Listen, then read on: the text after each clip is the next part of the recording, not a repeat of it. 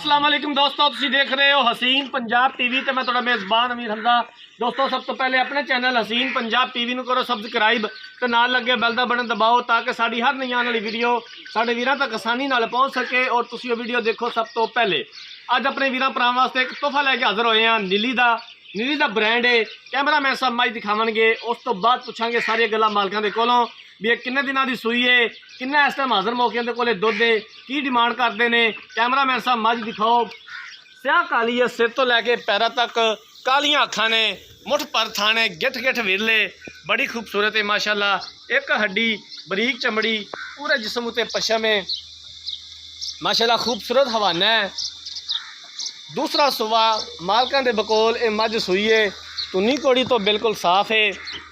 अच्छे तरीके नाल कैमरामैन साहब मझ दिखाया जे, दिखान च कोई कमी पेशी ना रहे। बाकी लेने देने मुकद्दर ने। वीडियो एंड तक देखनी है मेरे वीरां भरावां ने। एंड ते जनाब मालका कोलों पूरी इहदी तफसील लवांगे, डिटेल उन्हां कोल लवांगे। इहदी हर रोज़ कोशिश करी दी है, इनू लम्मा टोर यार, हर रोज़ कोशिश करी दी है कि अपने वीरां भरावां नू अच्छा और बेहतरीन जानवर दिखा सकीए। मेहनत करी दी है, नीली बार के जानवर लभ के अपने वीरां भरावां वास्ते लैके आई दे ने। जिन्हां वीरां भरावां ने चैनल नू सबसक्राइब नहीं किया, साडी खसूसी रिक्वेस्ट है कि चैनल नू सबसक्राइब करन, वीडियो नू लाइक ते शेयर करन। नीली दे तोहफे हर रोज़ लैके आईदा, दिखाईदा अपने वीरां भरावां नू।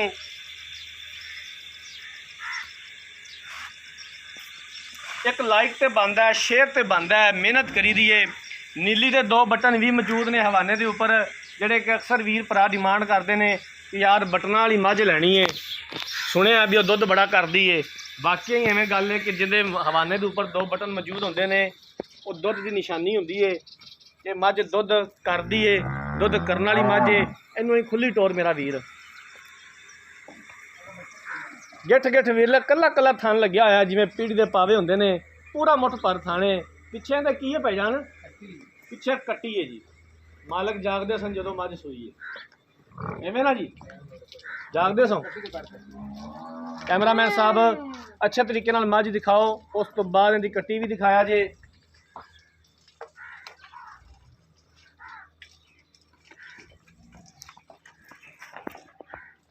आ कट्टी है जी, खाई यार कट्टी खाई,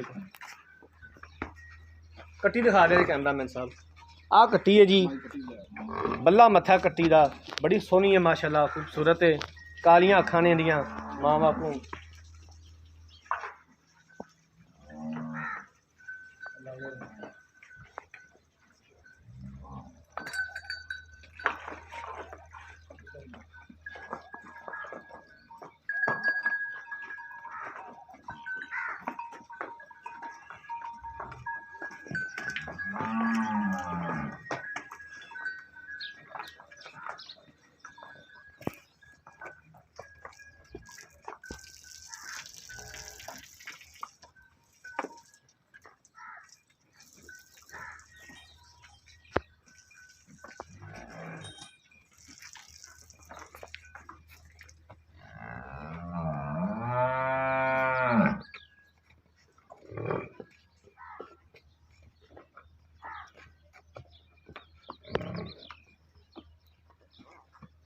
तो जनाब मझ कैमरामैन साहब ने दिखा दी है। हुण मालकां कोलों पुछने इस मझ के बारे की हिसाब किताब है। अस्सलाम वालेकुम जी। वालेकुम सलाम भाई अरशद की हाल है? शुक्र अल्लाह का, तबीयत से ठीक है? बिल्कुल ठीक। थोड़ा उच्चा बोली है तो कैमरे वाल वेख हाँ के। जी, मझ किनवा सुबह सूई है? मैं दूजन जी, पक्की गल है? पक्की गल गारंटी नंबर दूजन। किन्ने दिन हो गए सूई नूं? सूई नूं 10 दिन हो गए। 10 दिन हो गए ने सूई नूं। हाँ जी, इस टाइम हाज़र मौके सानू इनका किन्ना दुध चुवाओगे? 2 टाइमां दा? इस टाइम 2 टाइम 2 दिन से 15 सौ रुपये बच्चे छड़ दे। बच्चे नूं छड्ड के 15 किलो? बिल्कुल, केड़े दो भी करा टाइम लेवे 2 टाइम चुआ दे देंगे 15 किलो दूध।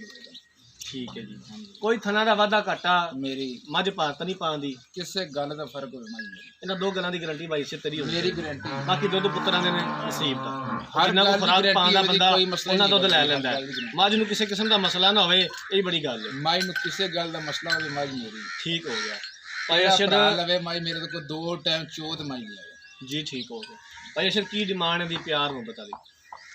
प्यारों तली गल करिए हाँ जी। छोटी जी करिए, हाँ जी। लम्मी नहीं कर। हाँ जी 3,40,000 3,40,000 रुपया 3,40,000 ਦੇ ਵਿੱਚੋਂ ਸਾਡੇ ਨਾਲ ਪਿਆਰ ਮੁਹੱਬਤ ਖਸੂਸੀ ਕੀ ਕਰੋਗੇ?